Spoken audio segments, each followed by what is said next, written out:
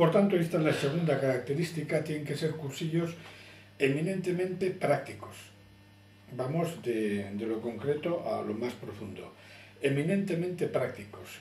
Cuando hay un barrio, por ejemplo, que tiene un problema muy serio porque quieren cerrar escuelas públicas, quieren cerrar hospitales públicos, quieren cerrar tiendas y quieren abrir escuelas privadas, hospitales privados y grandes hipermercados controlados por transnacionales imperialistas, son problemas del personal, problemas eminentemente concretos que van a joder, van a romper la vida, van a obligar a las personas a gastar mucho más, a dedicar muchas más horas y con un detrimento de sus condiciones de vida. Entonces, los cursillos de formación que se organicen sobre esos problemas tienen que ser cursillos eminentemente prácticos, con ejemplos prácticos, con análisis prácticos, bien serios, bien organizados y que planteen precisamente la relación entre superar los problemas esos que nos afectan a todo el vecindario con el desarrollo personal. Ya no se trata solamente de esa ilusión que veíamos en el primer ejemplo, en la primera lección, que la gente tiene que ser ilusionada, tiene que estar ilusionada, sino que esa ilusión tiene que basarse en experiencias prácticas, en luchas, y tenemos que demostrar, y esta es la segunda lección en muchísimos cursos de formación, tenemos que mostrar siempre los aspectos positivos, lo que ganamos, lo que podemos conseguir, cómo conseguirlo, lo que está en juego. O sea, no tenemos que hacer cursos y debates de formación asépticos. Esta es la segunda lección aprendida. No podemos caer en el método pedagógico autoritario y cansino y dogmático y formal de las escuelas burguesas. La pedagogía revolucionaria tiene que ser interactiva, tiene que ser creativa, tiene que ser ilusionante, tiene que motivar a la gente y tiene que tener los pies y la cabeza en el suelo. Y esto es lo que veíamos ayer con los métodos, las mediaciones positivas, las mediaciones que habían desarrollado los marxistas para relacionar la teoría con la práctica. Siempre tenemos que estar metidos en el meollo de las luchas y en el meollo de los conflictos. Y ahí dentro encontrar y sacar los aspectos positivos.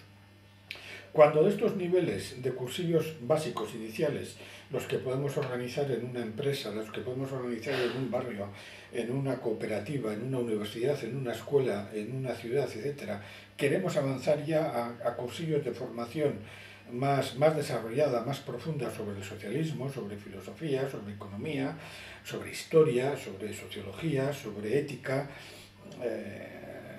sobre cualquier cosa, aquí tenemos que tener en cuenta siempre una característica. No podemos aceptar el método individualista burgués, no podemos hacer una interpretación abstracta de la realidad. Tenemos que comparar lo que hicieron las luchas obreras en ese tema, en sociología, en economía, en política, en cultura, con lo que hizo la burguesía. Tenemos que comparar lo que hizo colectivamente el socialismo con lo que ha hecho colectivamente la burguesía. Y aquí ganamos por goleada. Aquí ganamos a la burguesía por goleada. 200 años o 150 años de revoluciones sociales y de revoluciones socialistas han dado muchos más aspectos positivos a la humanidad que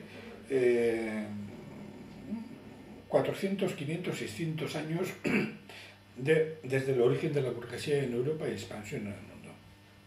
La burguesía está llevando a la humanidad al borde, a la barbarie, al caos.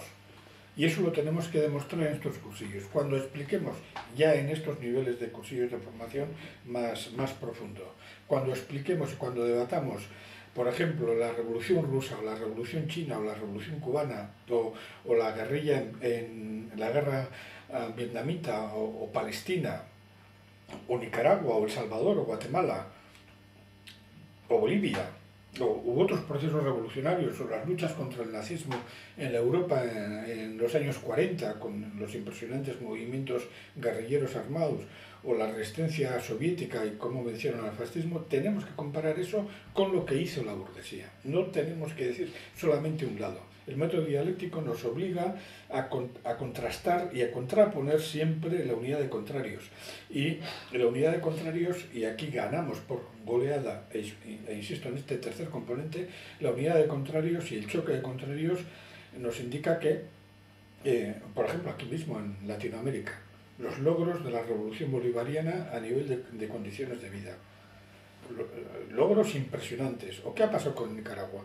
Nicaragua ganaron los sandinistas, ganaron la guerra, el imperio norteamericano les hundió en la miseria, les declaró una guerra feroz, atroz y salvaje, perdieron el poder y automáticamente las condiciones de vida del pueblo nicaragüense se hundieron. Y lo que había sido una mejora de las condiciones de vida impresionantes gracias a la victoria revolucionaria y después gracias a la agresión imperialista, las condiciones de vida se hundieron, fueron hundidas por la agresión de los Estados Unidos. Eso indica que los procesos revolucionarios mejoran incuestionablemente las condiciones de vida de los pueblos. Y esto la burguesía no tolera que se diga. Y en los cursillos de formación tenemos que hacer eso. Y por ejemplo, cuando hablamos de filosofía, un cursillo de filosofía, no tenemos que limitarnos a decir lo que decía sobre filosofía Marx, o lo que pensaba Tietgen, o lo que pensaba Hegel, etc. Tenemos que decir lo que pensaba Marx, pero lo que pensaban los filósofos alternativos burgueses cuando Marx existía. Y tenemos que decir que Marx no solamente era filósofo, era ante todo y sobre todo un revolucionario, mientras que había una caterva, una manada, un grupo de puercos filósofos burgueses que eran como Malthus y como otros de esa misma época, que eran verdaderos criminales, verdadera gente verdaderos reaccionarios que justificaban barbaridades y atrocidades increíbles, pero la burguesía silencia eso. Esto nos lleva a la cuarta característica, o sea, la tercera característica sea esto: en todos los debates, en todas las formaciones, en todos los cursillos de formación ya un poco profundos, tenemos que contraponer permanentemente lo que han hecho y logrado las victorias revolucionarias con lo que ha logrado la burguesía. Eso se constata perfectamente ahora en China. O sea, cualquiera que haya visitado Asia, o cualquiera que haya visitado Vietnam o Laos o Camboya y haya visitado otros países donde o lo que consiguió la revolución argelina, los que hemos visitado Argelia y Marruecos, o visitando Birmania y visitando Vietnam, por ejemplo, uno constata la enorme diferencia, o visitando China y visitando zonas de la India, o visitando China y visitando Afganistán o Pakistán, es abrumadora, o visitando los países que todavía tienen conquistas de la Unión Soviética comparando con Afganistán. Es impresionante los logros que hicieron los soviéticos cuando estuvieron en Afganistán y lo que están haciendo los imperialistas ahora en Afganistán, que la han convertido en la fábrica de opio del mundo. La fábrica de opio del mundo en estos momentos es Afganistán, gracias a la CIA y gracias a la cultura y al fundamentalismo cristiano, que eso se silencia, que es una religión del opio. Todo eso hay que comparar. Y eso lo tenemos que hacer en los cursillos de formación. Y la militancia tiene que tener información contrastable, que es lo que veíamos ayer, seria y rigurosa. Y esto nos lleva al cuarto punto. Ya cuando avancemos y penetremos en debates sobre ya teorías concretas, pues lo que decía tal revolucionario, aquí tenemos que pasar a la contrastación clara y sin contemplaciones de lo que decía Lenin y lo que decía Weber.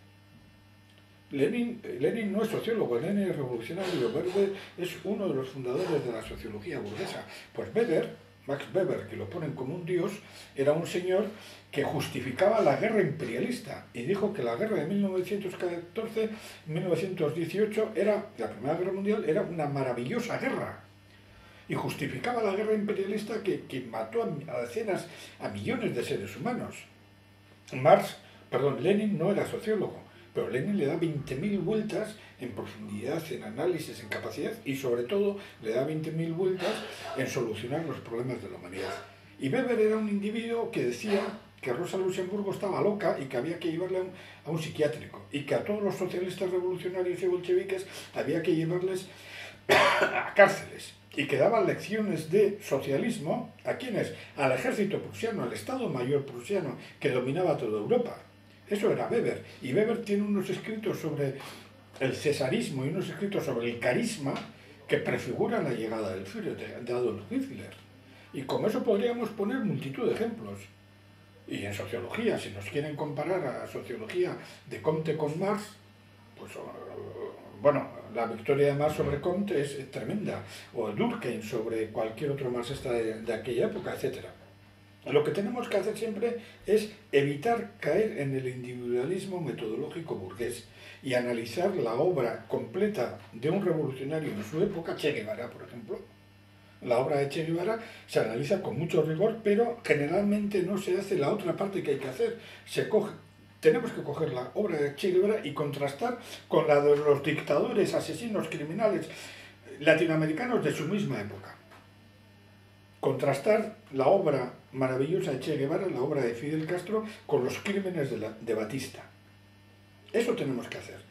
Y decir que mientras que los revolucionarios han conseguido todo esto, los criminales que luchaban contra ellos han conseguido todo lo contrario, que es infinitamente peor.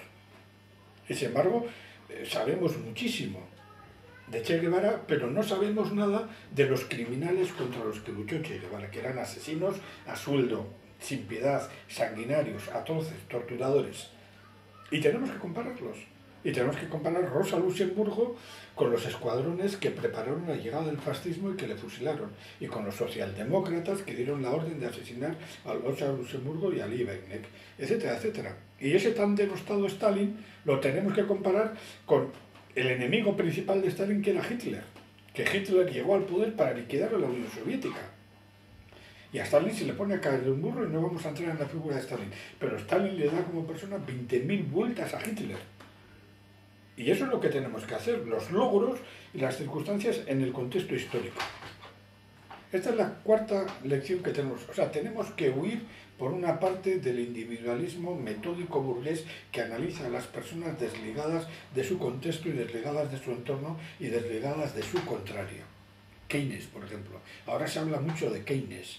Keynes por aquí, Keynes por allá, pero Keynes era de lo peor, de lo reaccionario en política. Era un señor que vivía del tráfico de joyas, era un señor que vivía del tráfico de obras de arte.